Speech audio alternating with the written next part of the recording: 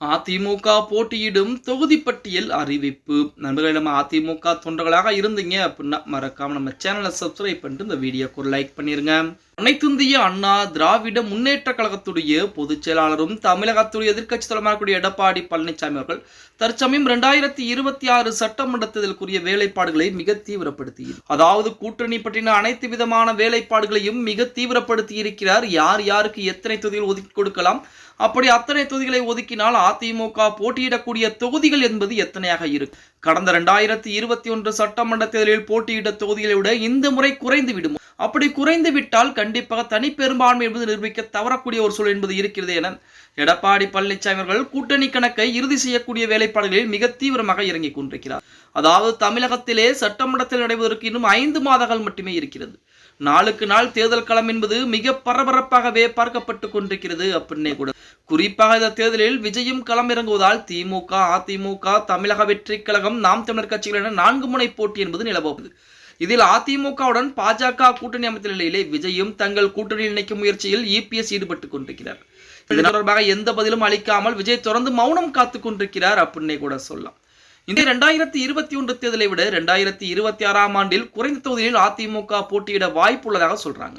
பாஜக 25, பாமக 25, தேமுதிக 10 முதல் 15, தமாக மற்றும் சிறிய கட்சிகளுக்கு 15 தொகுதிகள் ஒதுக்கி கொடுக்கக்கூடிய சூழல் என்பது ஏற்பட்டால் கடந்த முறை 179 தொகுதிகளில் போட்டியிட்ட அதிமுக இந்த முறை 150 தொகுதிகளுக்கு மேல் மட்டுமே தான் போட்டியிடக்கூடிய வாய்ப்பு என்பது இருக்கிறது. ஒருவேளை பாஜக 40 இடங்களுக்கு மேல் கேட்டால் அதிமுக போட்டியிடும் தொகுதிகள் இன்னும் குறைய வாய்ப்பு என்பது இருக்கிறது அப்படின்னு சொல்றாங்க. இதற்குத்தான் எடப்பாடி பழனிசாமி அடுத்து என்ன செய்யலாம் அப்படிங்கிற முடிவுகளை எடுக்க இருக்கிறாராம்.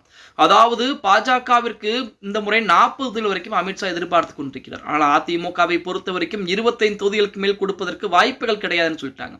அதே போல பாமகவிற்கு 25 தொகுதிகள் வரைக்கும் கேட்கிறாங்க.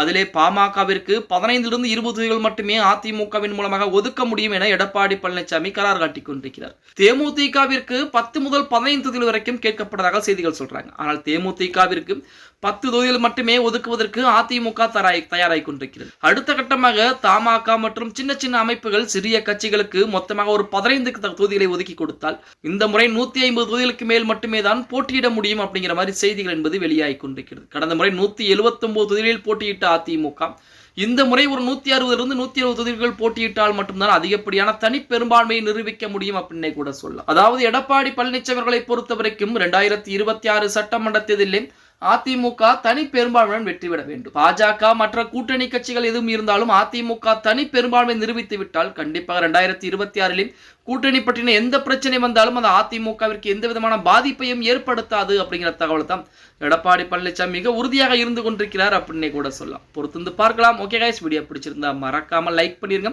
அப்படி இந்த தொகுதிகள்லாம் இந்த கட்சிகளுக்கு ஒதுக்கி கொடுத்ததால் சரியாக வருமா வராதா அப்படிங்கிறத கீழே மறக்காம கமெண்ட் பாக்ஸ்ல பதிவு நண்பா.